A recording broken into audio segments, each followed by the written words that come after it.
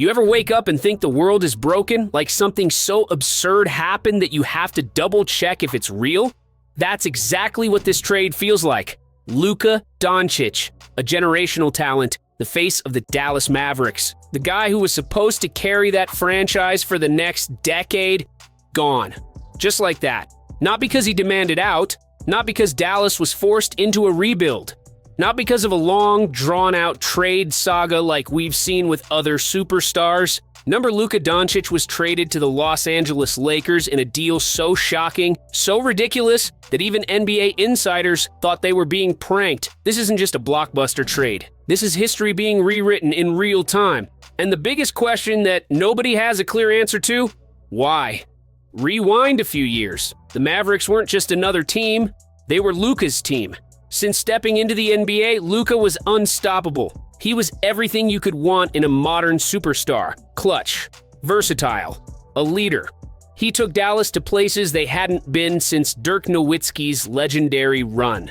And despite the setbacks, injuries, and playoff heartbreaks, the expectation was always the same. Build around Luka. They had a superstar in his prime. A guy who was a walking triple-double. A guy who could single-handedly change the course of a franchise for the next 10 to 15 years. And yet, here we are. Dallas just gave him away. For what? That's what nobody can make sense of. Anthony Davis?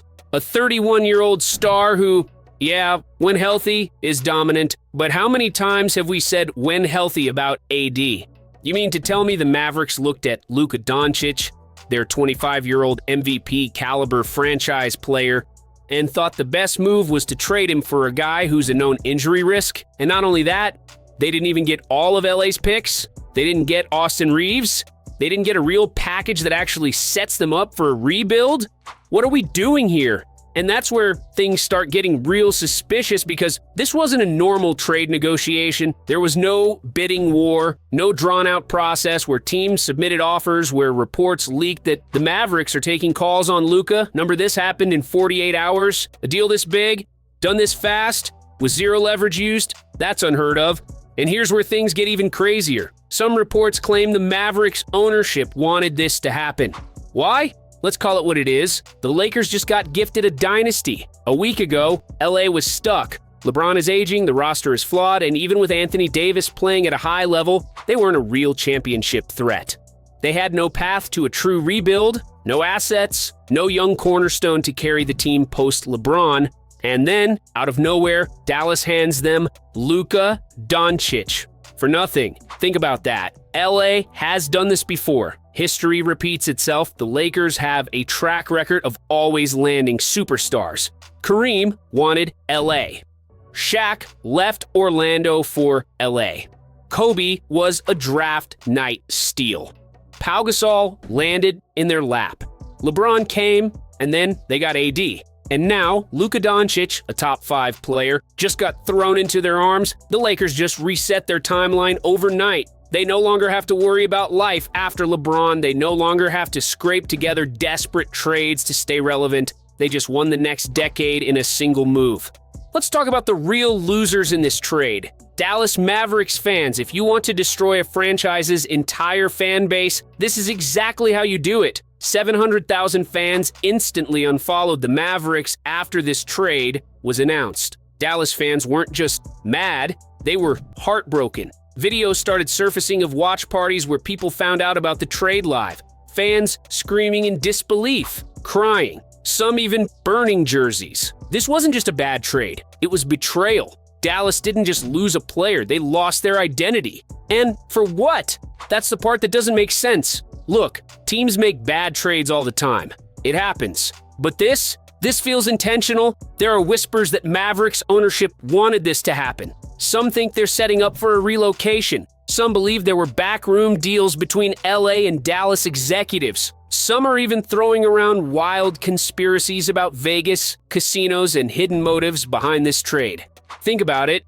If you were an owner and you wanted an excuse to move a team, how would you do it?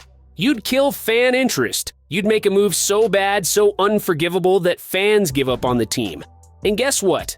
That's exactly what's happening. Because this trade wasn't about winning. If it was, Dallas would have taken their time. They would have opened up a bidding war. They would have gotten the best deal possible. Instead, they took the first offer that came their way. And that's why this whole thing feels off. We've seen bad trades before. Pau Gasol to the Lakers for basically nothing. Shaq leaving Orlando. Even the James Harden saga had its questionable moments. But this isn't just bad. It's historically insane. Superstars don't get moved like this. Teams don't just give away a top 5 player in his prime with no real fight. It doesn't happen. At least, it didn't until now. NBA trades are always about leverage. The team trading away the star milks every last asset before pulling the trigger.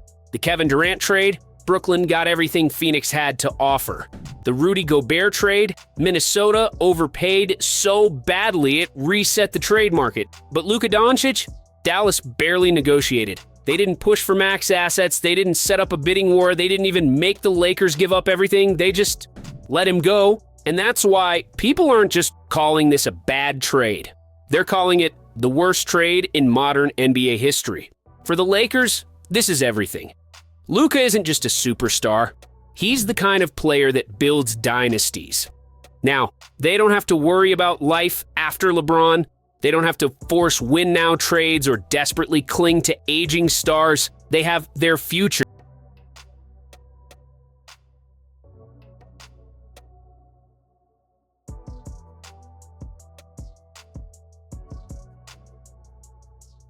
The only real question is, does LeBron fit into this? Because while Luka is a perfect replacement for LeBron's playmaking, leadership, and control over the offense, it also means the Lakers might not need LeBron much longer. And that brings us to the next big twist in this saga. What happens when a team burns its entire fan base to the ground? That's what the Dallas Mavericks are about to find out. This trade wasn't just bad, it crushed the fan base. You don't just recover from losing a generational superstar for nothing. Anthony Davis is great when healthy, but Dallas just tied their future to a guy who has an injury history longer than their championship window. And let's not forget, Kyrie Irving has a player option this summer. What if he walks? What if AD gets hurt again? What if this whole trade was just a giant mistake? Because right now, Dallas has zero direction. They lost their superstar, their identity, and their leverage all in one move. And unless they have some crazy plan to fix it, this franchise is about to enter one of the darkest eras in its history. What's next for LeBron? Will the Mavericks ever recover? Did this trade happen for basketball reasons? Or something bigger behind the scenes? One thing's for sure, this story isn't over. And if you want to stay updated on every twist and turn, make sure to like, comment, and subscribe.